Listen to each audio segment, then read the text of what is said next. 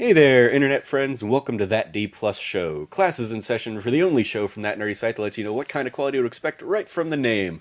I'm your host, Trevor Starkey, and each week we dive into a different Disney Plus offering, discuss its history, how it holds up today, and our general impressions. If you like that, we would love it if you like, subscribe, rate, review, share the podcast with your friends, all that fun stuff. Joining me to round out our 90s week this week, or 90s month this week, we have Cameron Abbott, as always. How you doing, Cam? Hey, what's going on, everybody? What's going on? And joining us once again after joining us for Rookie of the Year a couple weeks back, Logan Wilkinson. How you doing, Logan? Doing fantastic. Excellent, excellent. We're talking today to wrap up our 90s month with what I think is one of the quintessential 90s movies, Mrs. Doubtfire. We had our couple weeks of camp. We had our couple weeks of baseball movies, including our Angels in the Outfield episode last week, which almost didn't happen after a power storm storm took out our power midway recording the first time. But we persevered, we pushed through, and so now we're just doing something completely buck wild with Mrs. Doubtfire, a movie that shouldn't work, and maybe mileage may vary on if it does here in 2024. But talking about it as one of those big 90s hits. There's nothing more iconic about the 90s than brutal divorce stories in film. Sure, yeah. It is. I meant to look. Quintessential. It is up there in if you count top movies of the era. It is, and especially non-animated ones of the era, it is probably one of the biggest movies of the 90s that we could do on Disney Plus that we haven't either already done or that isn't an animated thing elsewhere. I'm just double checking some of these other options, and looks like it's probably one of the most highest ranking potentials that we either haven't already done or could still do. So shout out to that. Let's dive into some of the history lesson here. Originally released November 24th, 1993, banking on that Thanksgiving weekend. Everybody wants to go to the movies, and let's all go see Robin Williams as an old lady housekeeper dealing with divorce. Indeed. Other releases of the time. Back in October 1st, we had Cool Runnings. October 8th, we had Demolition Man and Mr. Nanny. If you wanted the Hulk Hogan version of a housekeeper. We had the remake of Beverly Hillbillies in October 15th with Jim Varney. We had Look Who's Talking Now and RoboCop 3, November 5th. Speaking of Jim Varney, we had Ernest Rides Again on November 12th, alongside the Three Musketeers of this era, which was the Kiefer Sutherland one, with Chris O'Donnell. It's good. Yeah, I remember really enjoying that one, and that being a great, fun telling of. I think Charlie Sheen is in it as Charlie well. Sheen, Charlie Sheen and is Oliver Platt. Yeah, Oliver Platt. It's the first thing I remember seeing Oliver Platt in, and so every other time I would see him come up in things, I was like, hey, it's Porthos. November 19th, we had Addams Family Values, the sequel to The Addams Family. Another very quintessential Thanksgiving movie, I would say, for that one. And then, Mrs. Doubtfire comes in and completely eats their lunch here, November 24th. After this, we would have an early Will Smith film of 6 Degrees of Separation, December 8th. Probably best known these days for the 6 Degrees of Kevin Bacon tradition of things. December 10th, we had the double header of sequels, Sister Act 2, Back in the Habit, and Wayne's World 2. Schindler's List, to completely change things up there, December 15th. December 17th, we had Beethoven's Second, The Pelican Brief, and What's Eating Gilbert Grape. We had another Oscar contender that year, Philadelphia, December 22nd. Yeah. And then December 25th, our Christmas offerings this year were for the Batman the Animated Series fan, the Batman the Mask of the Phantasm, Grumpy Old Men, and Tombstone. Hell yeah. Hell yeah. So shout out to fourth quarter December 25th of was 93. rocking. Yeah. Yeah. Our box office breakdown here. We're in 1993. Mrs. Doubtfire made $219.1 million domestically, which was approximately, adjusted for inflation, would be about $574.4 million today. So a little over $500 million for 1993 comedy here. And it's gonna, I'm not gonna have like us do the guessing game for worldwide too, but the worldwide gross was 441.2 million. It's one of the rare ones of this era that had like domestic legs and some action overseas. So where does everybody think this one falls? And admittedly, we've covered this year already on one of these this month here in 93. So avid listeners, or if you paid attention when we did this before, Cameron, I did not. You may know, but where do you think Mrs. Doubtfire falls with its $219.1 million this year? For me, as somebody who is on the show every week, and honestly, if I was paying attention, I don't think it'd be a fair game. Sure. So, that being said, I'm going to go ahead and say number 6, Trevor. Number 6? Okay. How about you, Logan? It's really interesting because... Scratch that. I'm going to say number a- 3. I'm saying number 3. Sorry. Okay. The 90s are such a fun, interesting decade. There's obviously a lot of stuff being written about how we're the 25th anniversary of 1999, and it's one of the greatest years for movies ever. And that year, the number one movie at the box office was Phantom Menace, and then the number 2 movie at the box office was M. Night Shyamalan's The Sixth Sense. And so it could really be anything. It was such an eclectic time in movies. It did gangbusters domestically. So, like, obviously Jurassic Park is 93. That's number 1, because it was the highest grossing movie of all time when it came out. I think Terminator 2 was 92. I don't think it was 93, so that's off the table. There's not a Bond movie. We're in that gap. There's no Star Wars. There's no Batman movie this year. That was 92 with Batman Returns. So I think Mrs. Doubtfire, top 3 is pretty good. Just because Cameron said it, I will go one away from him, and I will say I think Mrs. Doubtfire was... I'm gonna say number 2. I can't think of anything other than Jurassic Park. I'm gonna say number 2. Okay. A little bit of fact checking for you there. Terminator 2 Judgment Day was 91, and it was number 2 behind Beauty and the Beast that year. You are correct. Batman Returns was 92, and that was behind Aladdin and Home Alone 2 Lost in New York. Shout out. All great movies. The other year, or the other movie that we did was actually the movie, or the week you were on, because we talked about 93 with Rookie of the Year, was number 23 that year. Yeah. So yeah, let's we'll run through our top 10 here. First, I will say, yep, you were right on the money. Jurassic Park is the number 1. Yeah, I knew that one. Yeah, $415 million that domestic. Yeah. Number 10, Nightmare Before Christmas, with 87.6 million. Number 9, Schindler's List, 96.8 million. Number 8, The Pelican Brief, just over $100 million, $100.7 million. Number 7, In the Line of Fire, $102.2 million. Yeah. Number 6, Indecent Proposal, $106.6 million. Number 5, Sleepless in Seattle, $126.6 million. So this is a wild year compared to like what we would expect to see in the top 10 this year. There were no trends in the what I'm 90s. saying, like, Everybody just did everything. It was such an because you were in between like the 80s action era and like the superhero era, and it's just like this really weird eclectic decade, and like it made it so fun and interesting to look back at these kind of things. Yep. Number 4, The Firm, $158.3 million. Hell yeah, the Firm get a number 4. That's great. Number 3 was The Fugitive. Oh. $183.8 million. yeah. Mrs. Doubtfire was number 2. So Number 2. or Logan right on the Wow. money there. Yep. $219.1 million. And Jurassic Park, number 1. On the worldwide front, list is largely the same.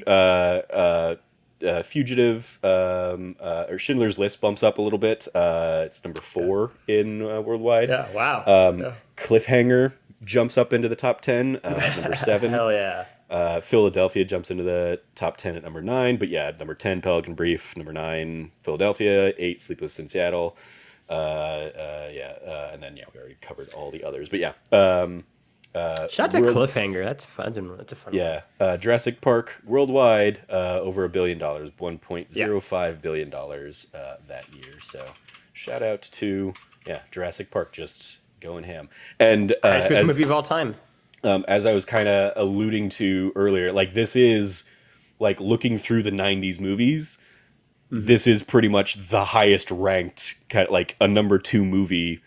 It's either like a number 1 or a number 2, and the number 1s, a lot of them aren't on Disney Plus, or they're the animated things that you would expect, like your Aladdins, your Lion Kings, your Beauty and the Beast, stuff like that. So yeah, Mrs. Doubtfire here being a number 2 movie, this is the most '90s we can really get on that D Plus show here. I also just want to put out there, Sleep in Seattle, not surprised. Nobody, like, the 80s and 90s proved if there's one thing that you can trust, it's that putting Tom Hanks and Meg Ryan in the same movie will do numbers. Sure. You've got Mail still to come too. That's still. I think That's that's true. 98. It's still. Yeah. That is the crowning. That is like the crown end of that period. The next time we get anything like it is The Terminal, and it is Catherine Zeta-Jones playing Meg Ryan. Yeah. Where is You've Got Mail? You've Got Mail, number 12 in '98, just behind The Truman Show. Shout out to Truman Show. That's a solid good. year. Shout out 98's to a crazy Truman Show. year. Crazy good. 98 is also great. 99 is fantastic, but 98 is also great. The closest we would get to anything on our side of things in '98 would be number 5, A Bug's Life. You guys want to take guesses at what movies top A Bug's Life? In 98? Yeah, 98. No James Bond, no Star Wars. Nope. No. Oh, Titanic? is back. Titanic, I Titanic's believe, was 99 or 2000. Yeah. I think. No, No. I thought it was 97. Yeah, you're right. Sorry. Yeah, 97. 97, yeah. Is Batman and Robin Batman Forever in 98? Don't think. Which I always get, I always get to mix up which one's which. I think Batman and Robin would be later. I'm not. Maybe not, seeing no. it, so I don't know. If it is, it's not one of the ones that tops it. One, I'll give you a clue for. Batman and Robin was 1997, just for the record. There we go. Think Spielberg war movie. Oh, Saving Saving Private Private Ryan. Yeah, that's Yeah. number 2. What Good beats for Saving Private Ryan. Yeah, what beats Saving Private Ryan? I mean, it's 98. Shout out to the day when I'll an give you- R-rated movie could be second. Here's the thing that beats Saving Private Ryan. Aerosmith. Armageddon. Yep. Oh, shoot. Armageddon yeah. is your number 1 movie. Yeah. That's great. Yep. That's great. What's number 3 then? Let's train oil workers to be astronauts. Let's go. Yeah, absolutely. Number 3, the clue. Also, what is it? No, because I can like think of the song. Let's but just I can't, make like, this the place it. episode every Yeah. week. Gosh, Just yeah, this is each so much individual fun. year's top 10. Listen, if we ever It want is- to transition that D Plus show into like movie ranking show, like I am so in. I will say love this, number yeah. 3 is a very long-running franchise, and this would be one of the most maligned entries in this very long. Star Trek something, I would say then. Probably No. Star Trek. No, No, no, no, no, Star no, Trek. No. no. What would it be? Oh gosh, Matthew Broderick. Matthew Broderick. Inspector Gadget. Madison Square Garden. Oh, Godzilla. Godzilla. Oh yeah, man. Oh man, the That 90s were movie's actually crazy, not man. that bad. The 90s were crazy. Well, also it's not a Godzilla movie; it's the mother of Godzilla Sure. because Godzilla's born at the end. And then number And if you watch the 4 animated show afterwards, pretty good. Number 4 would be the most in the vein of this movie in terms of like it's a big blockbuster comedy here in '98, featuring somebody who we've covered in one of our other '90s movies Oh. as kind of their breakout launch to superstardom, I would say. First From Kiss this starring month or just Sinbad? any- From this month, so we've done Camp Nowhere, we've done Heavyweights, we've done Rookie of the Year, we've done Angels in the Outfield. So somebody in one Maybe of Ben those. Stiller. What was Ben Stiller doing in '98? Yeah. Zoolander? It's No. No. no. It's not. too early for Zoolander's Zoolander. 01. It's not Meet the Parents yet. No. Along Came Polly's not there yet. It's after. Ooh, this is a good one. What was Ben Stiller? Wait, what was it Something the- About Mary? There's something about Mary. Oh Yeah. gosh dang, yeah, there you go. Yeah, let's do this every week, boy. Let's go. Let's be real. I wanted to also put out, like, Trevor doing this also reminds me a lot of, like, one of my favorite segments on the Levitard show, where one of the creators of Community is like a stats, like, major sports stats guy, and he just gives stats of, like, the week, Yeah. and it's like that That's always great. like that's my favorite part of the Levitard show, Yeah. because they react to those stats and be like, oh yeah, remember that, like. That's always Yeah. like this. Let's be very fair. This is always my favorite part of every That D Plus show. Is It's great. when we do this breaking down Yeah, it's great. worldwide guessing. because we get to guess. There's a game. It's gamified a little bit. You gamified It's it. also very like nostalgia and being like, oh yeah, that was great. Yeah. Yeah. And be able to be like, oh man, that was a good movie. And it's like, wait, was it though? Like, Yeah. yeah. It's great. All right, back to the boring rest of the show then. Mrs. Doubtfire here, the thing we actually showed up to talk about from 5-6 years earlier, has a runtime of 2 hours and 5 minutes. In the 20th Century Fox timeline of things, we've talked about April of '93 had The Sandlot earlier this year. Hot Shots Part 2 was May of '93. Dang. Rookie of the Year, which we talked about a couple weeks ago, July. Robin Hood Men in Tights, July of '93. Hells yeah. The Good Son was September 24th, '93. That movie's insane. Beverly Hillbillies, which we talked about earlier, was a 20th Century Fox movie here. Mrs. Doubtfire here. And then after this, we have, let's see, Sugar Hill, The Chase, PCU, if you want a very, who is the guy in that? He was in Entourage, Jeremy Piven, a young Jeremy Piven that I remember just being on Comedy Central all the time. Speed in April of That's the big '94. one. Yeah. And then the other big one of that year, True Lies, July Yeah. '94. James Cameron, Arnold Schwarzenegger, Yep. Jamie Lee Curtis. Jamie Lee Curtis. Classic scene. Yep. Classic film for me was a like odd sexual awakening for sure. Sure. Her dance scene. Bad guy. Yeah. Yeah. The bad guy from True Lies, Trevor, is Bond's ally from The Living Daylights. I'll take your. I don't remember his name, and I've seen the movie like a dozen times. Is that is he the He's part of the coke guy like- in Living Daylights? I'm trying to remember which yeah, one. the guy Living who's like Daylights working was. with like the Mujahideen, the- right? And like I'm sorry. Okay. Say that Bond movie again for me. The Living Daylights. This is one of those times in my life where it's like, did I just miss a Bond movie in my life, or No, it's totally possible. have I It's slided? a great one. Have I slided into a different universe and there's It's- an Timmy additional Bond Dalton's movie? first movie. It's a really good one. Yeah, like people slept on Timothy Dalton, and Timothy Dalton Yes. is one of the best Bonds. Oh, okay, He's yes. great. Is that the one? He's great. Is that the one where his best friend is destroyed by No, the that's coke License dealer? to Kill. was the That's next License one, to yeah. Kill. That's the second one. It's his first one. It's his first one. I The first one's much more like Cold War thriller, I would say, Trev. don't recall. Here's the thing. I know that should happened. watch I it. know it existed. I should rewatch that. Yeah. Trevor's got I all the enjoy movies. License to Kill. I have them all on DVD. License to Kill is great for in my opinion. License I to Kill love is License awesome. License to Kill is really dark too. Yeah, it's super dark. It's super I was not I was like, oh, there's a James Bond movie, License to Kill. I'm aware of that phrase from the N64 GoldenEye video game. And then I watched it and I was like, did not know James Bond could be like this murderous. Timothy Dalton is so good. That's a great shout. He's There's so some, good.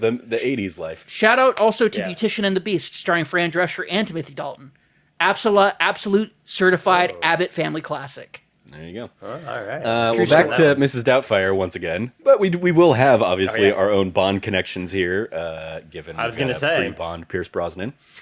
Our director Chris Columbus, who this is still very early in Chris Columbus's career. Yeah. Prior to this, he had done Yes. Adventures in Babysitting, maybe one or two other small things, but he really hit it off with Home Alone and Home Alone 2 Lost in New York prior to this. But then, yeah, that's basically like straight into Mrs. Doubtfire. After this, he would go on and do Bicentennial Man, also with Robin Williams. He directed the first two Harry Potter movies. He came and did the the movie version of Rent. Far too many years past its its prime to bring that many of its original cast back. We went back to working with kids for Percy Jackson and the Olympians, The Lightning Thief. He did the Pixels movie, and then the last thing on his most recent thing, The Christmas Chronicles Part 2, which is, I believe, the Netflix Christmas series with Kurt Russell, I believe. I believe so, as yes. Santa. Yeah. Yeah. That's, Just the second one, huh? He didn't do the first one? No, he did not. Yeah, he's probably a producer on the first one, but no, he Right. directed the second one. Listen, man, Pixels wasn't great, all right? Pixels was really bad.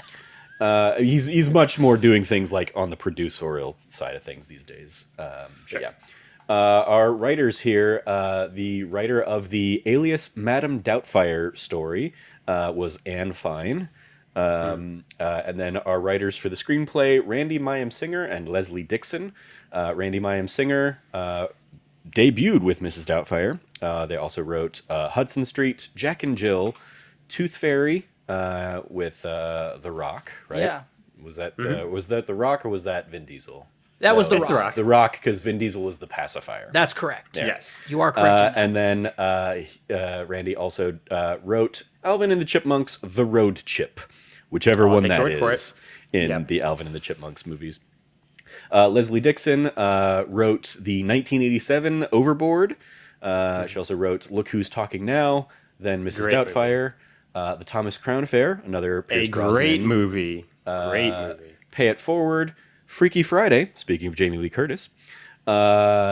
She wrote the 2007 screenplay for Hairspray, which is kind of a cheat because it's just an adaptation of the musical. She wrote Limitless, and then she returned to Overboard in the 2018 version of Overboard, which was That's a kinda fun. I gender-swapped like that. version of Yeah. Overboard. With saying- Anna Faris, I think. Yeah, with Anna Faris, yep. Saying like, hey, maybe this very problematic story from the 80s will work if we gender bend it. Nope, still very problematic. Yeah. Our cast of characters, of course, Robin Williams as Daniel Hillard / Mrs. Doubtfire, having been in Mork and Mindy, Good Morning Vietnam, Dead Poet Society, Hook, Fern Gully, Last Rainforest, and Aladdin and Toys before this. Then after Mrs. Doubtfire would go on to be in Jumanji, The Birdcage, Flubber. Then we have stuff like Good Will Hunting, Patch Adams, Bicentennial Man, the Happy Feet movies, and the Night at the Museum movies before his passing. Sally Field as Miranda Hillard, having been in Smokey and the Bandit, Steel Magnolias prior to this. She was in, after this, she was in Forrest Gump, or maybe around the same time of Forrest Gump. I don't remember where that falls in the timeline of things. Then she was in the series Brothers and Sisters for many years. Of course, Aunt May in the Amazing Spider-Man movies, Lincoln, and then most recently, 80 for Brady. Pierce Brosnan as Stuart Dunmire here, having been most notably prior to this in Remington Steele. Then Mrs. Doubtfire here. Infamously. And then Golden Eye through Die Another Day in the Hell Bond yeah. series. Shout out That Bond Show. Yep. And then these days he does stuff in Mamma Mia and Mamma Mia Here We Go Again. He also did Percy Jackson with Chris Columbus. And then most recently he was Dr. Fate in Black Adam. One of the few good parts of that movie. He's also in The Foreigner with Jackie Chan, which is a very good movie. There you go. Harvey Fierstein here as Frank Hillard, a Broadway mainstay at this point, having won Tony for stuff like the Torch Song trilogy, La Cage aux Folles, which would be what The Birdcage was based upon. He was in Hairspray. He also wrote the book for Kinky Boots and Newsies. But yeah, after Mrs. Doubtfire here, he was also in Bullets Over Broadway. He's in Independence Day, another quintessential He's in 90s movie. Independence Day, isn't he? And then, of course, he is one of the kind of cohort in Mulan. Yao, I think, or Tao. I don't remember the character's name, but one of those. Lisa Jacob as Lydia Hillard, the oldest daughter here, was in Matinee prior to this, then Mrs. Doubtfire, and she also makes an appearance in Independence Day. Matthew Lawrence as Chris Hillard, Mrs. Doubtfire being one of his early big things. He, of course, had probably been like young Joey in a couple episodes of Blossom and stuff like that. He was also in, speaking of Joey Lawrence, he was in the Brotherly Love series with the Lawrence brothers. And then he had a few years on Boy Meets World. And Mara Wilson makes her debut here as Natalie Hillard, or Natty. After this, you go on to be in Miracle on 34th Street and Matilda, of course, quintessential child actor of the 90s here. Robert Prosky is Jonathan Lundy, having been in stuff like Broadcast News prior to this, and then Dead Man Walking after this. Anne Haney as Mrs. Sellner, with credits going back to 1978, including a run here in the 90s of Mrs. Doubtfire, The American President, and Liar Liar. Shouting him out because he's not highly credited in here, but he's in here just as much as Harvey Fierstein, basically. But Scott Capurro playing Aunt Jack. Mrs. Doubtfire was his first thing, but I'm shouting him out because he is also in Star Wars The Phantom Menace as Bede, which he came back and reprised many, many years later in Lego Star Wars The Skywalker Saga. Any idea who Bede is in Star Wars The Phantom Menace, you two? One of the kids? No.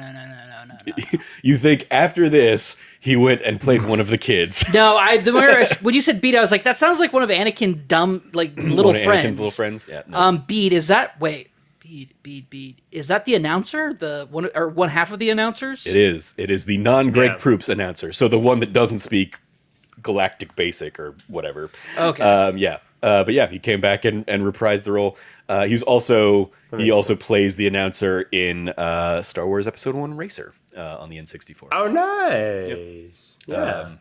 Yeah, but he plays the English version of it in that one. But yeah, in Phantom Menace and Skywalker Saga, he's playing the alien side of the two-headed announcer. And then lastly, Martin Mull playing Justin Gregory here, having been in stuff like Mr. Mom, Clue, Roseanne, Jingle All the Way, and a notable stint on Arrested Development before his passing a couple years ago. Some trivia here. This is an Oscar-winning film with Best Makeup winning for Greg Cannon, Vey Nail, and Yolanda Toussaint. Also won Golden Globe Awards for Robin Williams as the Best Performance by an Actor, Comedy or Musical, and Best Motion Picture, Comedy or Musical. During the scene when Mrs. Sellner comes to inspect Daniel's apartment and Daniel/Mrs. Doubtfire is serving her tea, the icing on his/her face is melting off. This was not intentional. The heat from the set lights melted the icing on the face, and Robin Williams improvised the bulk of that scene. That's so awesome. Yeah. Robin Williams would walk around San Francisco as Mrs. Doubtfire to see if he could get away with it. On one occasion, notably, he visited a sex shop to buy a large dildo and other sex toys. So, shout out Robin Williams. The address given by Miranda while on the phone with Mrs. Doubtfire is the actual physical address of the Hillard house used for filming the movie, 2640 Steiner Street. And after Robin Williams' death, a lot of fans of the movie and Williams' career in general flocked to the real address to set it up as a memorial. Known for his trademark spontaneity of improvisation, Robin Williams was given free reins by Chris Columbus to do what he needed. However, his improvisation can occasionally spark off numerous references to other works that prove to be legal headaches for movie studios. Scene where Daniel speaks with his wife and refers to her clothes as this lovely Dances with Wolves motif required legal clearance for the studio to put it in the film. Associate producer Paula Dupre Pesman later kept track of every reference Williams made while improvising.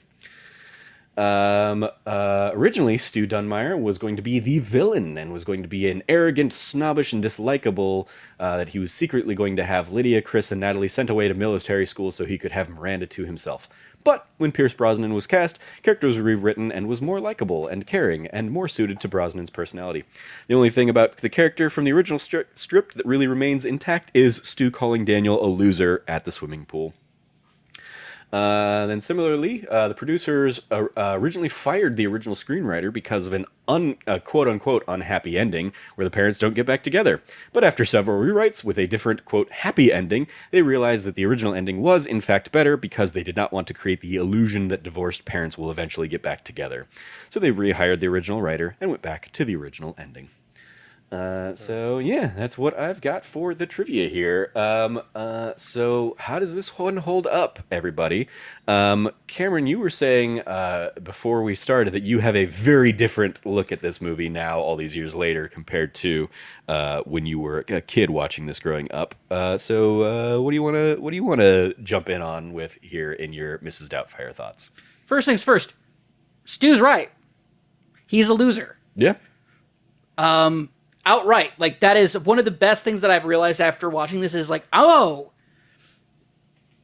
it is so not okay that Daniel does this at all. Oh, sure. Yeah. It's so wrong on so many levels. There's so many violations of of just everything imaginable. He is 100% the actual quote unquote villain of the movie.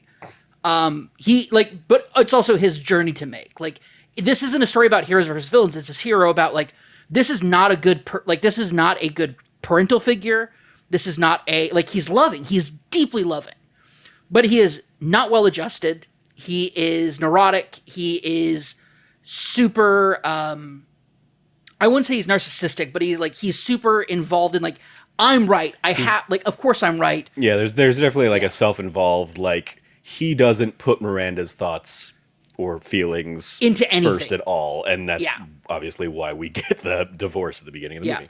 And as soon as the divorce gets mentioned, he's like, "No, babe, I'm like, we can work." And it's just like, dude, you've had this conversation clearly plenty of times, and every time you twist it to make her feel like she's the bad guy.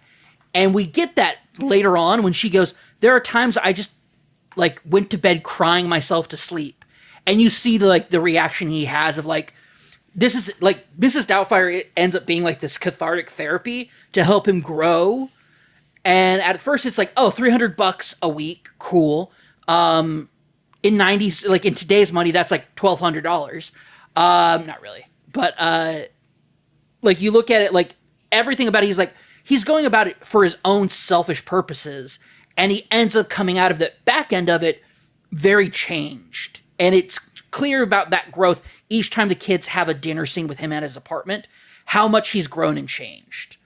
And it's really remarkable. And it's at the very end where Daniel, at the beginning of the movie, would have let Stu choke to death. I 100% believe he would have let him choke to death. 100%. I believe that with all, as that scene was happening, the fact that he takes a deep breath, realizes he has changed and does the Heimlich maneuver to save his life. 100% would have let Stu choke to death at the beginning of this movie. True. I mean, not to jump in, but I don't think he's like a bad dude. I don't think he's gonna let someone die in front of him, even when he because he poisons him. He puts the pepper in there, but he doesn't think it's going to be that big of a reaction. Yeah, that's the thing. Yeah, it's like, I think Daniels would have been selfish enough to be like, oh, I have to protect, try to get away with this. Which Mrs. Doubtfire, it's funny, the moment he's Mrs. Doubtfire, all of a sudden he's like a disciplinarian and does everything he should have done as a father, he does as Mrs. Doubtfire. It's incredible to see this growth of this character that I did not recognize at all when I was a kid. Also, I didn't realize it, but the saying that I have about no good marriage ends in divorce. The idea that if a divorce happens, that is no longer a good marriage. Good marriages don't end in divorce. They bad marriages do. Or marriages there's several complicated things that you could go into that, but the idea is that no good marriage ends in divorce, I think, is reinforced by the ending that this has, which is it's a natural ending, which is families change. There's different kinds of families. That letter and her response, Mrs. Doubtfire's response to the letter from Katie, is such a really great book end to this entire movie. Basically, this is a story about a family that broke and how in trying to quote unquote save it, Daniel basically figured out who he was meant to be as a children's entertainer, doing that TV show as Eugenia's house? Eugenia's house. All of that is all comes together because he grows as a person, and it really takes off, and I think makes it a fun movie. Also, I imagine I don't know if it's actually ever referenced in the actual movie, but I imagine the show within the movie is Mrs. Doubtfire. I probably He's just saying welcome to Euphegenia's house as a as communication the to her. welcome to the set. Yeah. This is what Euphegenia's house looks like. Yep. This woman who I pretended to be for several months. This is her house. Yeah. But another thing I wanted to put out is there is not a lot of veiled transphobia. Like there's very unveiled transphobia going on in this movie. Although I will say, very surprised by the very progressive bus driver. I mean, it is San Francisco. It is San Francisco for sure. But like the fact that he mentions like, the Mediterranean look. And at first I was like, oh, he's talking about it. I'm like, oh no, he's saying it's cool with me. Yeah. It is interesting the juxtaposition there between like, because this is probably one of those very early progressive like gay representations of Aunt whatever and Uncle Jack, or Aunt Jack and Uncle blah blah blah, the his brother and his gay partner. Yeah. At the same time, it's like, oh, they don't go so far as to like give them like a moment of a intimacy or kiss or anything. They like do that. this complicated like high five, butt bump, da da da. It's like, or they could have just kissed. Yeah. Not in the 90s. But they also sing show tunes together. So Absolutely. And that's great. Oh my God. Anything with his Harvey Feinstein is such what? Firestein. Sorry. Harvey Firestein is Feinstein was the other bad Harvey. Yeah, thank you. Harvey Firestein is such a fantastic fucking actor. They are an absolute treasure and a gem, and they have one of the most recognizable, iconic voices of all time. And that the entire scene with my mom, as somebody who is about to move back in with their parents, that scene with Robin Williams, and it's be like, no, like I'm like, oh, I feel that. that hit closer to home than I was expecting. I forgot about that scene. But like, like that, like, loving, doting mother who's just like, come visit, like it's fine. Reminded me a lot of like when my parents were living in California, and I was just like, they're like, just come live out here with us, and I'm like, no, I'm good. I'm happy to like figure my life out, like not doing that. That being said, like overall, I still think this movie like really holds up. It is like, it's funny. My parents didn't like the movie because the scene that they figure out that it's their dad. It's because he was standing up taking a pee, and my parents were like, just like, no, like enter the bathroom. What? And that was like a whole thing like that, like weird. Like it's a weird reason not to like that movie or like want your kids to see that movie. You think the overall cross-dressing everywhere else in the movie would have been a problem. Wasn't. Also, my first movie watching being like, oh, men can dress up as women. And then fast forward to just like maybe a year or two later, me seeing on USA, what's that movie? It's Patrick Swayze. Tu Wong Fu. Wesley Yeah. Snipes. Thanks for everything, Yeah. Julie Newmar. Yeah, that movie. Absolute banger of a movie, too. Super progressive, especially for the 90s. Holy shit, that movie's progressive as hell. And yeah, that reminded me, like, it's like, fast forward to that, it's like, I had Mrs. Doubtfire to help me walk so that I could run with that movie later on.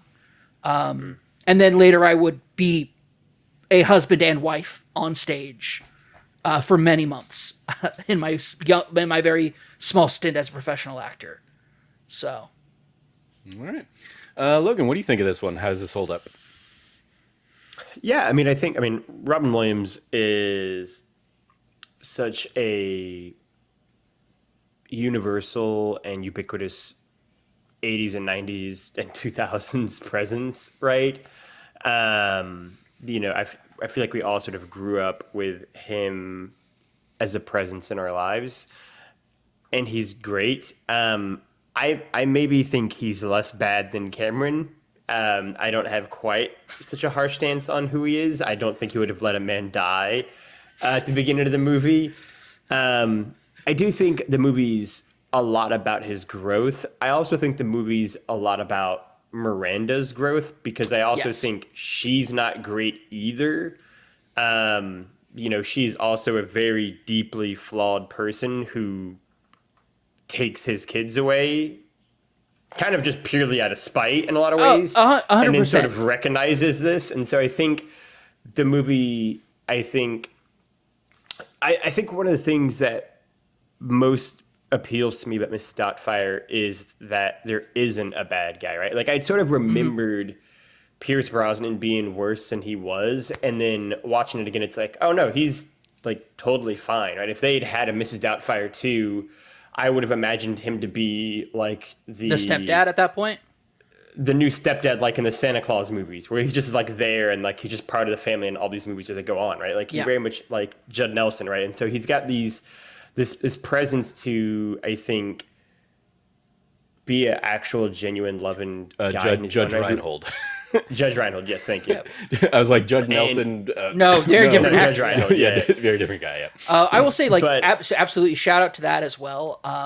That scene where he talks to the guy at the country club and is like, Yes. "You, the guy who I never love these wanted, kids. yeah, you ever want to have Yeah. kids, never have him around.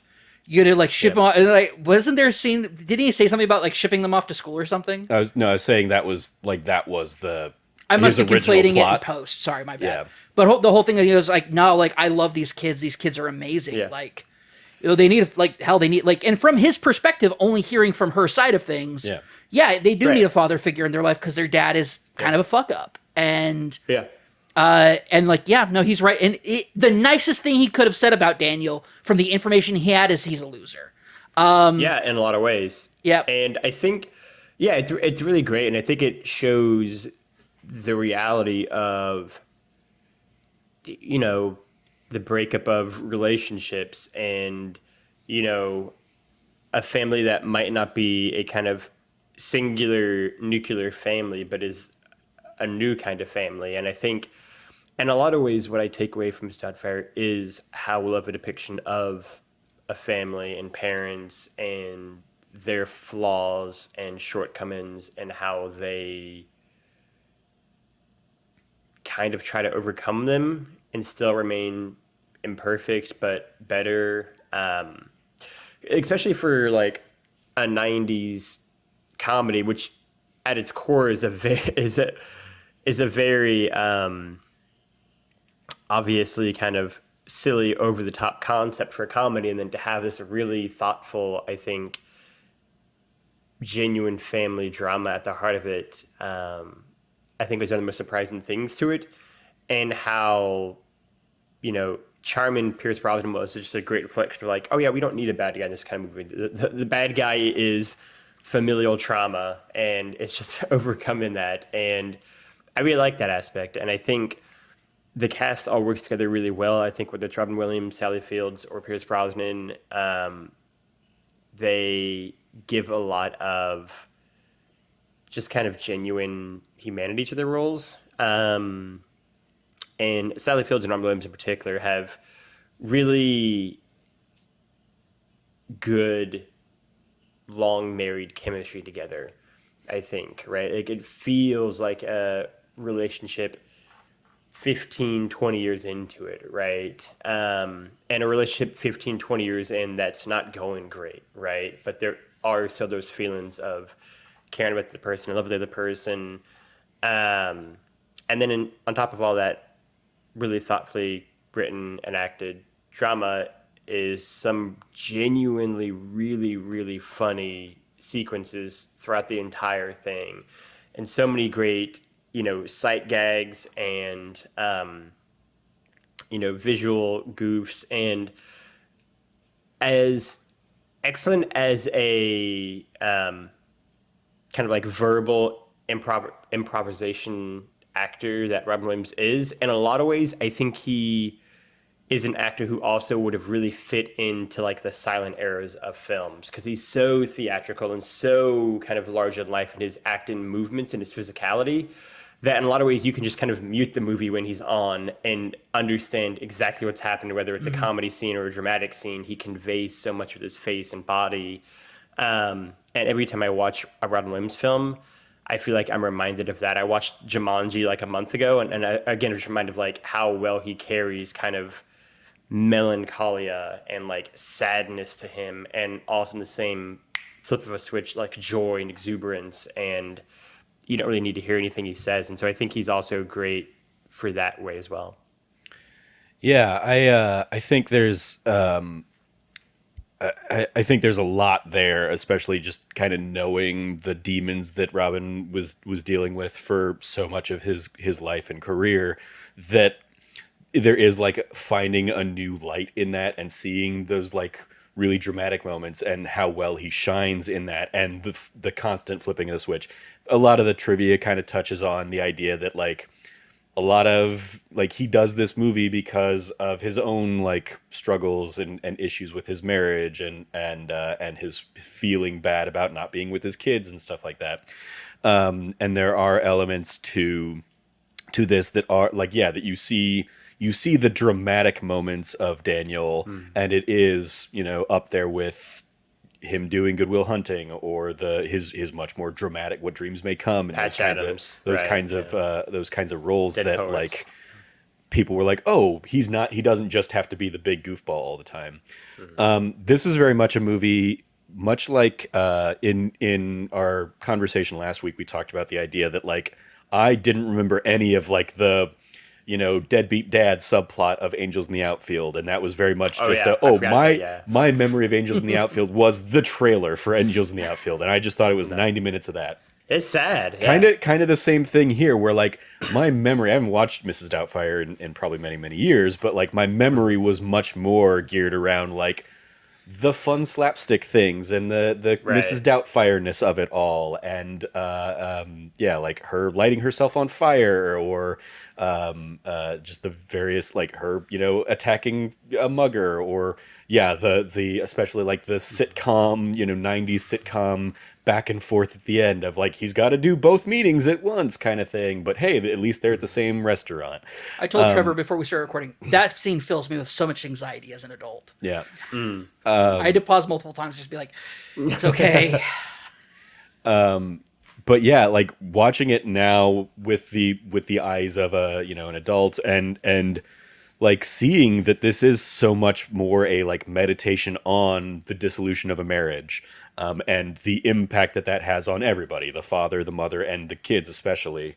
It like that was the thing that makes this stand out among an era of big funny goofball things. Like, you know, like there's an element of like Liar Liar that's that same kind of thing of like at his core Jim Carrey's trying to be a good dad. At his core Daniel's trying to be a good dad, but he's too much of a child to do that at the beginning. And so he becomes Mrs. Doubtfire, and in assuming that role, being the actor that he's, you know, trying to always be, he finds the parts of him that make him a better, not romantic partner, but still a better partner in the familial parental relationship to Miranda, and like allows him to be better when he's not even being Mrs. Doubtfire. He is a better dad.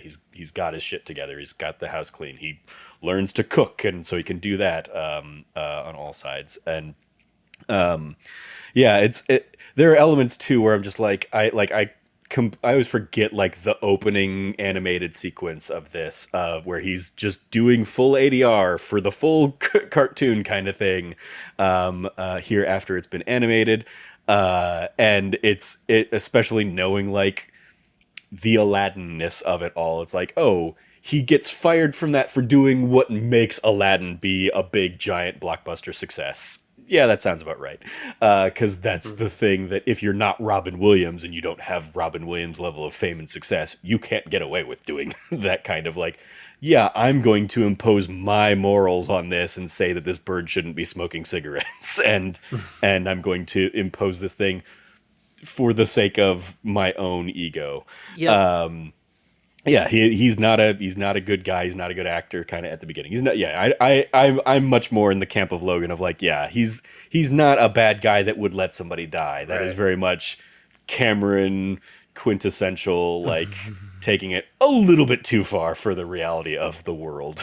Nah. But yeah, I do like there is obviously still growth there of Yeah. like realize like because I mean the fact that he puts the pepper in there in the first place, like he's still a like bad-ish guy, but it very much is the I didn't mean to kill him. I meant to, make him allergic or something. I didn't think through the actual consequences of my actions in that moment.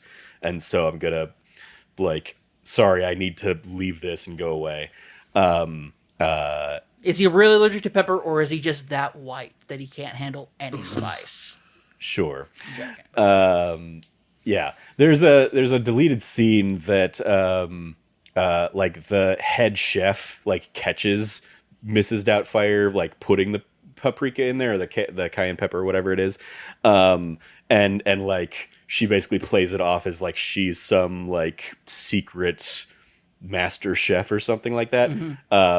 Because it's I forget who, but I remember seeing in the credits I was like, oh, that's a name I recognize. He's in here as the head chef. Weird. And it was because he had some more cut scenes and stuff like that. Similarly, Paul Guilfoyle, who's one of those very did a ton of things kind of actors. Right, actors. He's the chief of staff in Air Force One and stuff like that. But also similar, I didn't call her out in the credits, but Polly Holiday is fifth credited down as Gloria Cheney, and I'm like, who the fuck was Gloria Cheney? The neighbor who complains about the party. She has a ton of deleted scenes that just got her. Oh, really? Most of her stuff gets scrapped from the movie because she's basically constantly the nosy neighbor that thinks maybe there's something up with Mrs. Doubtfire and kind of and ultimately they were this is just dragging down things. We can't but yeah, she because of that originally more enhanced role, she just has a much higher billing in the credits than a lot of than she people. realistically should with her ultimate offerings. But yeah, it's definitely, there's still a lot of fun to be seen in this movie. There are definitely some things where it's oh yeah, this doesn't really hold up in terms of it's there is an element of transphobia to it, but so much of this, just because of the way Robin Williams' mind worked and the improvisation, I never get the feeling that there's any that anything he says is with malice or anything like that. Yeah, it's just he goes for whatever joke comes to mind, and that's just a product of the time that a lot of those kind of elements have a little bit more transphobia to them. A lot of it, especially just in the sequence of coming up with the character and the different versions that we get of the nanny before we get who Mrs. Doubtfire actually is.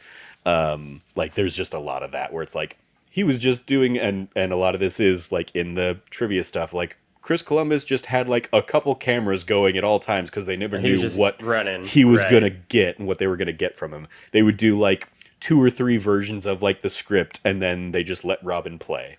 And so yeah, there's never this sensation that anything he's saying is meant to be harmful to anyone in particular or a class of people. And this goes much throughout his career.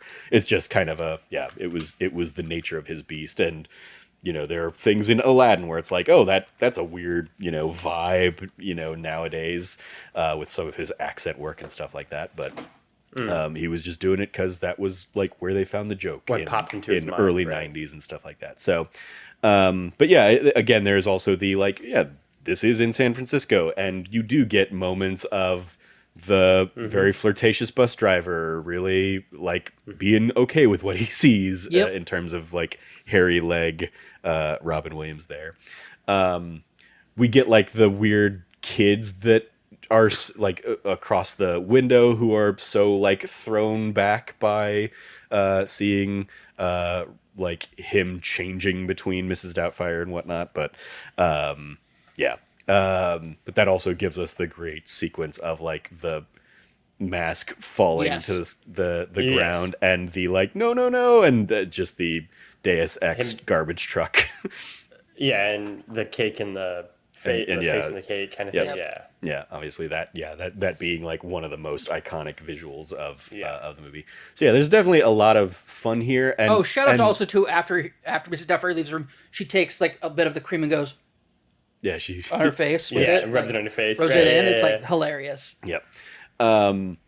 So yeah, like I still very much enjoy a lot of this movie, but I was surprised by how much more heart there, how much more I resonated with the heart of this movie and Yes. the relationship, and how much I really appreciated that. Yeah, it doesn't go for the happy ending of like he learns a lesson and they get back together or anything like that. I like that Stu isn't a bad guy. Yep. He's gonna be a great stepdad. He's like he loves the kids. He's there. He has this long flame that's been established for Miranda, and things didn't work out, but now they're like reconnecting kind of later in life, and yeah, Pierce Brosnan, so he's great and charming as all hell. Yeah. And so I love that they kind of wrote to the strengths of that instead of the Yes. more stereotypical like, oh yeah, he's gonna be a mustache, like we're gonna reveal that he's really a bad guy or something like that. No, he's like, this is a much more realistic scenario to how things would play out in the within the confines of this, of course, absurdly heightened scenario. But like, yeah, the family will move past this together, and Daniel does get punished for the wrong things that he does, of like the fraud around the like changing the ad, and obviously like sneaking his way into the world to be around his kids despite the court order. But I do appreciate that like he has that moment in the, like, I mean, all of his stuff in the courtroom is like the genuine like Robin Williams really going for the Golden Globe kind of moments of like, I did this because I love my kids, and yeah, it wasn't a healthy way of doing it, but like I need them to breathe. I need them like I need oxygen, all that kind of stuff. He's not a well-adjusted guy, but this was the way that he gets closer to being the well-adjusted guy, and it also happens to work out, and he gets like he finds his calling in the entertainment space with it as well. So yeah, I really enjoy that, and I like that it is in that second courtroom scene where Miranda kind of sees like he was better for us, and this was a better version of him. So yeah, let's see if we can make this work. He's going to come by. He's going to take care of you kids. He's going to be your babysitter kind of thing. So yeah, I like the compromise that they ultimately like come across. If anything, I would say I maybe disagree with you a little bit, Logan, in that I don't think she's a bad person. Like, or I don't. I think she's a career-driven woman, which too often gets pointed as like she's all of her focus is on her career and not enough on her kids. But no, she loves the kids. She's just as she kind of says, like she always ends up having to be the bad guy compared to the crazy parties that Daniel throws for the kids, and it's not fair that she gets put in that position. But I don't think like. I think to Logan's point, I think there is a scene when she goes to the apartment for the first time. Yeah, she immediately is just an asshole to him, and it goes to a point. Like I mentioned earlier, there's no such thing as a good marriage that ends in divorce. You will never see a person at their worst, at a worst moment of their life, than when they're in the middle of a divorce. The things people do, the actions people have, like there is it's startling to see what the lengths some people will like dive into during this very tumultuous, crazy time, especially if there's children involved. Yeah, I guess there are elements of she dropped the kids off late, and then she shows up early to try and pick them up. She immediately is like, "This place is gross and disgusting." She smells the Chinese food, goes, "Ew." I mean, it is gross and disgusting. I don't think she's wrong for that. No, but the way she's doing it in front of the kid, like, yeah, no. Mrs. Doubtfire also says, "Do you always browbeat about your husband in front of the children?" And it's like, that's obviously something that always ticked him off, is that she would. We see the issues of their marriage get resolved in a lot of ways, but it ends with them still like being like, we're not good for each other. Yeah. And she mentioned it too. She goes, "I hate who I am when I'm around him, because that's not who I am." And it's like, that is exactly how that's what a bad marriage is it's two people that have so much just vindictive nastiness between them a lot of times that they just can't cohabitate. cohabitate anymore. And like that's why sometimes a separation does wonders for a marriage. Where sometimes it leads to divorce, but sometimes people come back and be like, hey, we know where each other are at now. We can do a soft reset on the marriage. And this is a great example of she is, when she's around Daniel, immediately goes into finding all of his faults. And he immediately goes into, for all intents and purposes, finding ways to call her a bitch.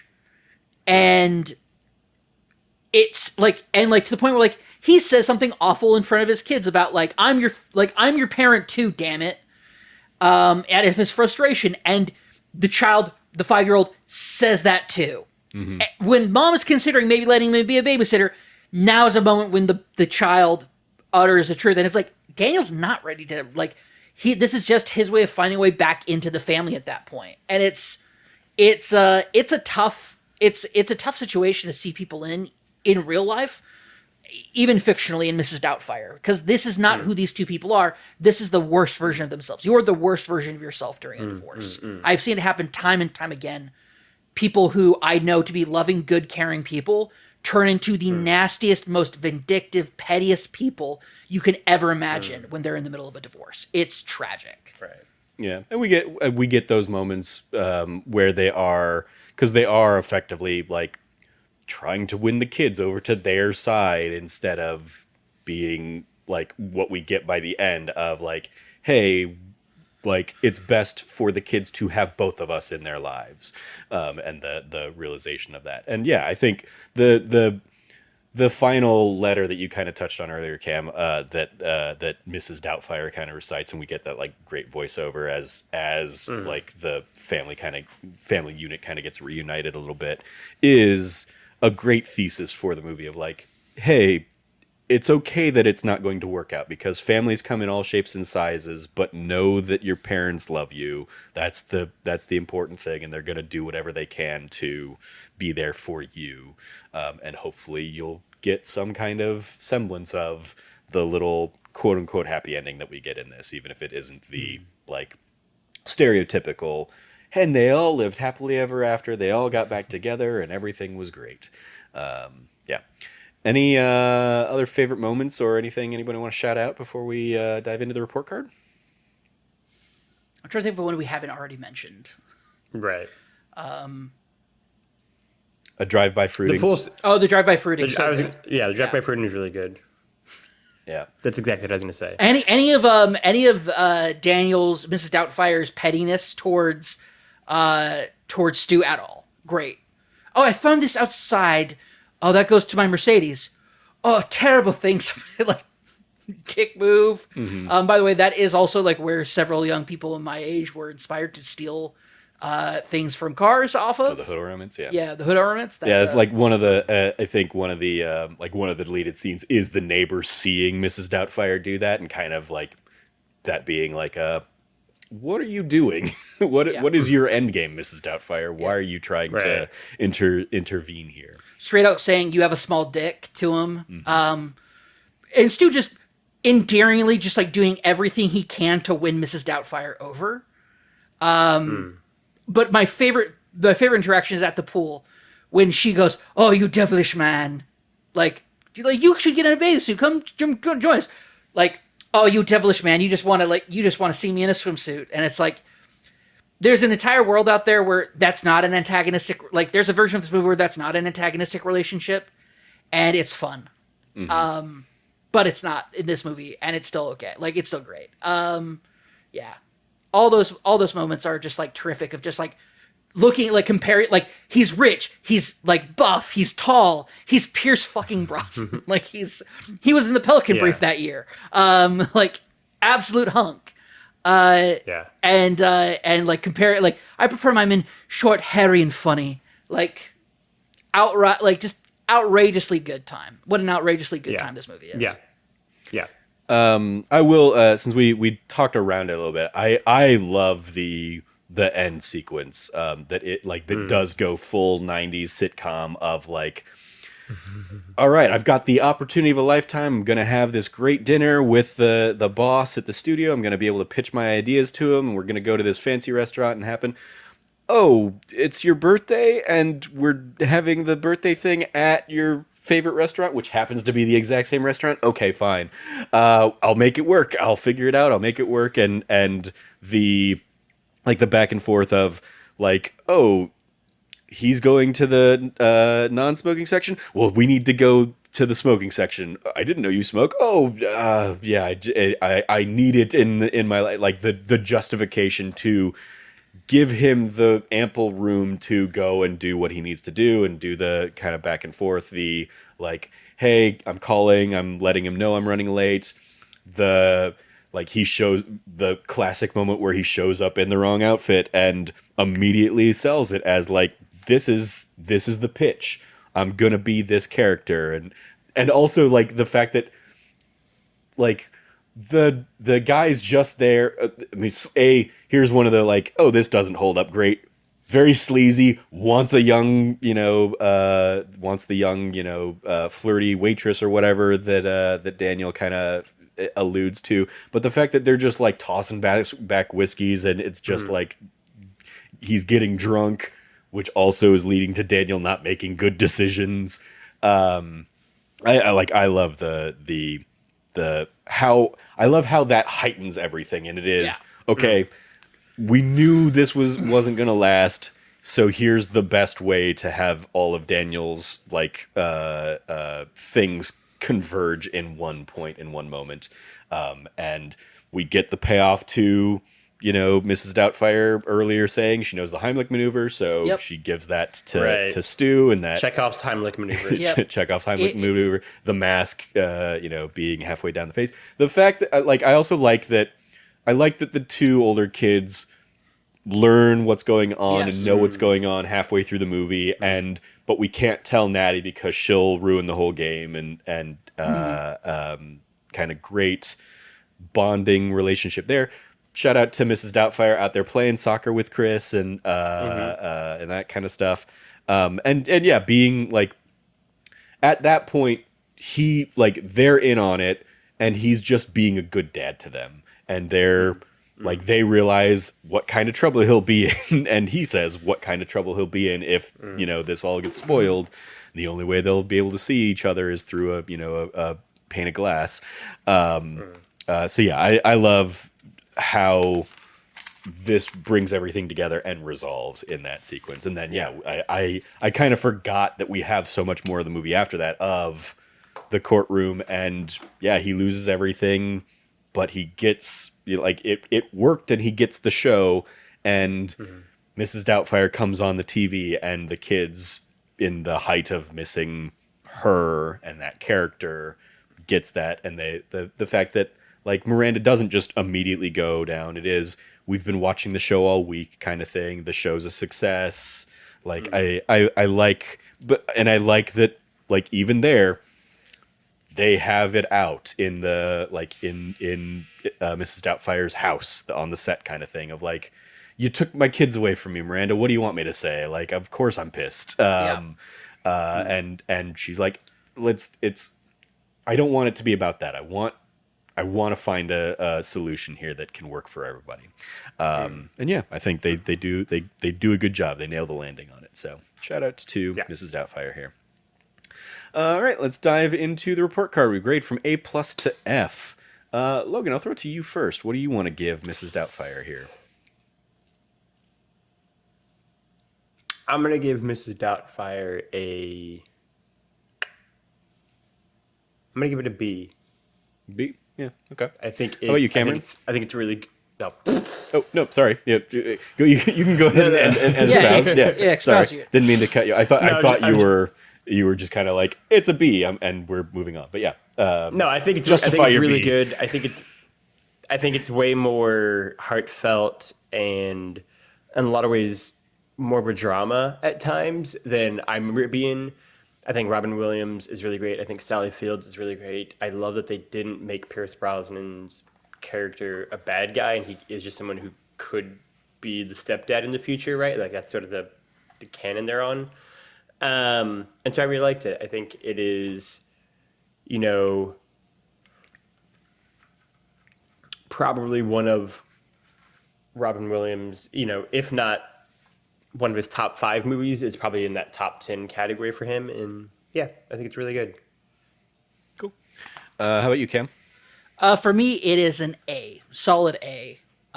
I think, and one of the scenes I don't think we mentioned earlier, that is one of my favorite scenes, and why I was like, maybe it's a B plus, A minus, and then I was like, know what? No, because there's that one scene where he's with the social worker, and when he says, "What do you do for a living?" Oh, or they give any particular talents or skills? Well, I do voices. You do voices, and then we get just a montage of some of his classics. And he nails every single one, and it's like, God damn, he is such a talent. Yeah. Like, so great. Yeah, I think the reason I was so ready to move on from you, Logan, is because I'm also going to give it a B.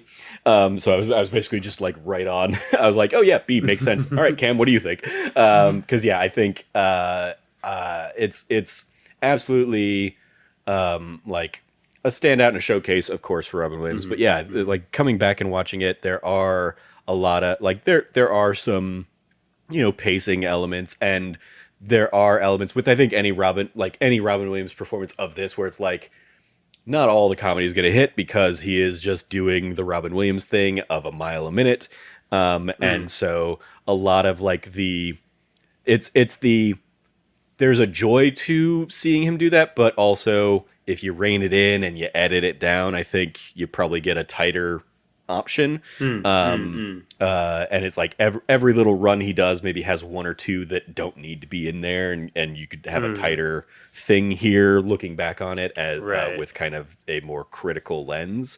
And I think that's what kind of brings it down from an A to a B for me a little bit. But yeah, the fact that and shout out to the kids. We didn't really kind of highlight them, but like all of them knock it out of the park in terms of kind of what their role in the story is, and their relationships to one another, to the dad, to the mom. I think they just all are stellar and great. So yeah, a B from me as well. Extra credit, other suggestions if you like this. You have The Parent Trap with Lindsay Lohan, The Pacifier, which I mentioned earlier with Vin Diesel, Jungle to Jungle with Tim Allen. That was another thing I saw. This was originally possibly pitched in some of the trivia, like this was originally going to be a Tim Allen option, like his move from TV to movies was kind of the pitch. And even like there was even a pitch of this being like a Home Improvement spin-off of like Tim and Jill kind of falling apart, and it would have been like the Home Improvement kids as the sons and whatnot, and they like ultimately they were like, no, that doesn't work, we don't really want to go that route with it. Also, knowing who Tim Allen is today, glad we didn't. Oh yeah, absolutely. Obviously we get him as the Santa Claus not too long after this instead, but and Jungle to Jungle, I recall that being a good movie. It could be bad, I don't remember it well enough. I remember it being okay. We have Man of the House with Chevy Chase and Jonathan Taylor Thomas, not Man of the House with Tommy Lee Jones. I was just going to say it. We have Alexander and the Terrible, Horrible, No Good, Very Bad Day with Steve Carell from a number of years back. Freaky Friday with Jamie Lee Curtis and Lindsay Lohan. Honey, I Shrunk the Kids, and Jack. Jack is on here. Wow. Yep. Okay. Jack is out there on Disney Plus if you want to go watch that one of the reverse Benjamin Button kind of vibes it's with sad. Robin Williams. That's real sad. Yeah, I remember that one being like, oh, like it really playing into like the childlike wonder of Robin Williams, but yeah, then it's like, oh, at some point that becomes a very sad movie. The end of the movie where he's like 85 giving a speech to like his high school graduation is the one that like is like, oh shit, yeah, okay. That is a movie I was like, are they going to figure it out? It's like, no, it's about his life. Like, this is a life, and it's about like living a life worth living, even though you don't have that much time. And it's like, yeah, you're visually seeing this disease age him, but there's plenty of people who live their entire lives knowing that their cutoff point is like 23, 24, 25. And they just don't have it on the outside. Since we talked about it earlier, and we're talking about sad Ron Willard movies, Bicentennial Man is not... Bicentennial Man is not necessarily a sad Robin Williams movie. There's like... It's more of a dramedy kind of thing. But the one thing I like vividly remember from the movie that's burned into my mind is him lying in bed with like his wife as he turns, I guess, 200, right? Because bicentennial. And like he's just lying in bed, like dying with her, like happy, like content, but just like, holy shit, I'm like a 7-year-old kid watching this movie. What's going on right now? And I want to remember that. You watch him as Patch like Adams everybody is he's dark in moments. Oh yeah, Patch Adams is super dark. Granted, it's based on a true story. Yeah. Right. I will say that Bicentennial Man, there is that like whole like, oh, I could live forever, and seeing everyone I love and care about die. Right. It's Doctor Who. Yeah, and then it's just like, and then he makes the decision to basically become human, and then fight for his right to be a human, and it's like the whole like cathartic, like it doesn't matter if like the court said it or not. He is the Bicentennial Man. Like he is a real person. He is the Bicentennial Man. Like the cathartic and moral victory that we get at the end of that movie is great, but like once again, this like the duo of movies, Jack and Bicentennial Man, is about like it's about a life living worth, or living a life worth living. I don't think I said that right this time around. My bad. Yeah. It's about finding purpose in life and living to its fullest, regardless if you die at 23 or you live to be 200. Like, it's about finding that purpose and fulfilling it. Yep. So. And I think kind of telling in hindsight that Robin Williams seemed to be fascinated with that theme of like living a life worth living. Yeah. And knowing what we know now of him being, burnt out too soon. Far too soon. Extracurriculars. Anybody watching anything else on Disney Plus? No. Not on Disney Plus, but Logan, I'm curious because you mentioned you watched the Borderlands movie. What'd you think of that one? Because I feel like that has not gotten any kind of good response or reviews, and you seem to be like, okay, it was okay. I think it's going digital tomorrow. Oh, it's already digital. Yeah. Oh yeah, there you go. Yeah, I think you can already rent it. Yeah, I mean, I don't think the Borderlands movie is a disaster. I think a lot of there's definitely, I think, a pile-on mentality that's happened with the movie right now, and I think that's not deserved. I think if you go into the movie expecting to kind of be like a silly little dumb time, you're going to have a good time with it, right? Like, Jack Black is really fun as Claptrap. The actress they have that plays Tiny Tina is also, I think, really good and a lot of fun. To use that Bond show vernacular, Cate Blanchett is just sort of in a different movie, mostly because they give her like 95% of the like dramatic and emotional beats to the film, and so she's just kind of doing another thing. But it's not bad. It's just different. I think the movie did kind of solidify something I already felt, but it's just sort of like, I don't think I'm a Kevin Hart guy. And it's interesting because I feel like this is the least Kevin Hart movie. Like it feels like he was so wildly miscast as Roland. Yeah, it's interesting on every level of every facet. If you've ever played the Borderlands game, yes, 100%. Yeah, so miscast. Especially as someone who would use Roland a lot. It's interesting because I feel like they could have just made anyone else be Roland, and A, they probably would have saved themselves like $30 million on his salary, but B,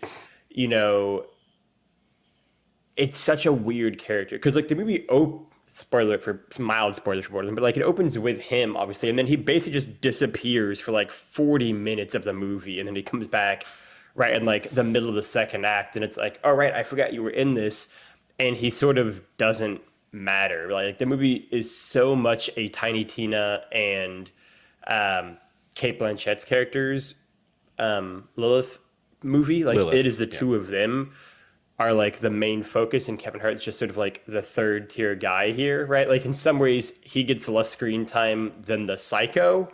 And so it's a weird decision to cast someone of Kevin Hart's stature in that role, especially if you're not going to give him anything to really do.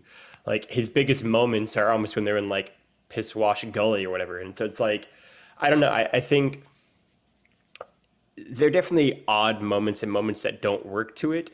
But on the whole, I found it to be like, yeah, it's a fun, silly time. The stakes aren't too crazy. The ending is both I enjoyed it and also was like, this is weird. But yeah, I think there's enough personality around Ariana Greenblatt and Jack Black in particular that I'm sort of like humming along and having a good little time with it for the most part. Cool.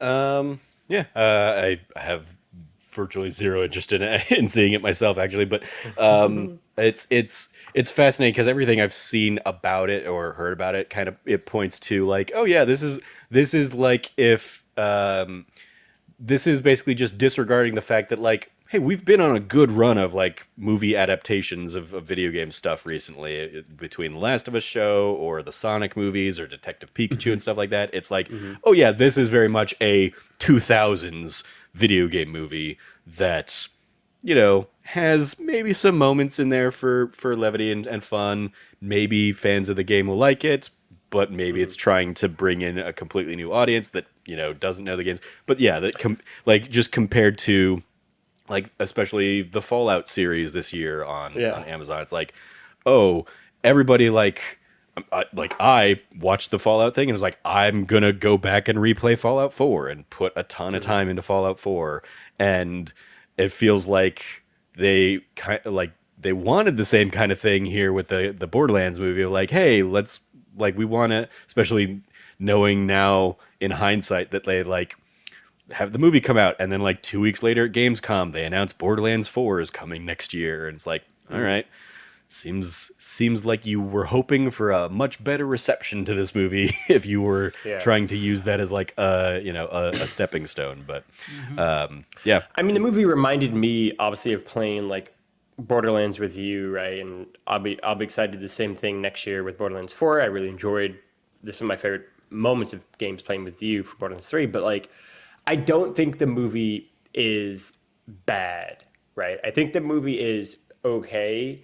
And I think, I don't know, like, in some ways, I feel like part of what is making people kind of attack this movie so much is its budget, right? Like, I feel like if this movie was like a $40-50 million movie that maybe didn't have, for sure, Kevin Hart, but maybe didn't have Cate Blanchett, I just kind of had like Jack Black as Claptrap, Ariana Greenblatt as Tiny Tina, and like other people being those characters. I feel like it'd have been like a much more chill reaction because I don't think it's bad, and I think there is bad in it. I think there's also good in it, and yeah, I do think there's an element of just like once the review started coming in, it became more fun to just rag on it than to like find the good parts of it, if that makes sense. sure, yeah. All right. All right. Well, that is going to do it for this episode of That D Plus Show. Fun little tangent into Borderlands land. I have no idea even what streaming that's going to end up being on, but maybe Prime, maybe Netflix. Who knows? My thought about it is I'm never watching an Eli Roth movie ever again. I do not want to watch anything that man has directed, so I'm good. Okay. All right. Well, thank you everybody for joining me to talk Mrs. Doubtfire this week. You follow Cameron at Rev Cabot, 2 B's and 2 T's. Anything you want to give a shout out to there, Cam? Yeah, if you haven't watched them, there's now, I mean, I guess technically new Let's Plays from that nerdy site, in the form of like my VODs of my streams. My streams will be going on hiatus for a little while I figure out my new living situation. We'll see what happens. It's, you know, like everything, it's up in the air. Who can say what's going to happen in the next, couple weeks? So we'll see. All right. You follow Logan at Lefty Logie, Loggy. Anything you would give a shout out to there, Logan? Yeah, I'll give a shout out to that nerdy site show that Trevor and Cam lock down every Sunday. You should go check it out. It's a real good time. Well, it goes live Mondays. We do record it Sundays, but yeah, it goes live Mondays. Peek behind the curtain. Cool. You follow me at Trevor J. Starkey. And yeah, I guess just keep an eye out for whatever we're going to be doing with D Plus in the weeks ahead. I think I mentioned before we started recording, I think my plan next week, just because it's one I've wanted to do for a while, is probably Muppet Treasure Island. But yeah, we got September here. I'm already looking ahead to the Halloween things that we'll do in October, so we got some ideas for there. But yeah, stay tuned for the probably no fun like cohesive theme like 90s movies like this month's was, but we'll see some things. We got Agatha All Along coming up. We've got I'll definitely do an episode even if nobody joins me on it, on the Lego Star Wars Rebuild the Galaxy thing that's going to give us like Darth Jar Jar and just silly nonsense like that. So yeah, stay tuned for the weeks ahead of that D Plus show. You follow all of us over at That Nerdy Site, or go to thatnerdysite.com for all the latest from us. Once again, thank you for joining us. As always, stay nerdy, be good to each other. Class dismissed, and some fun. Hello. There you go. Hello.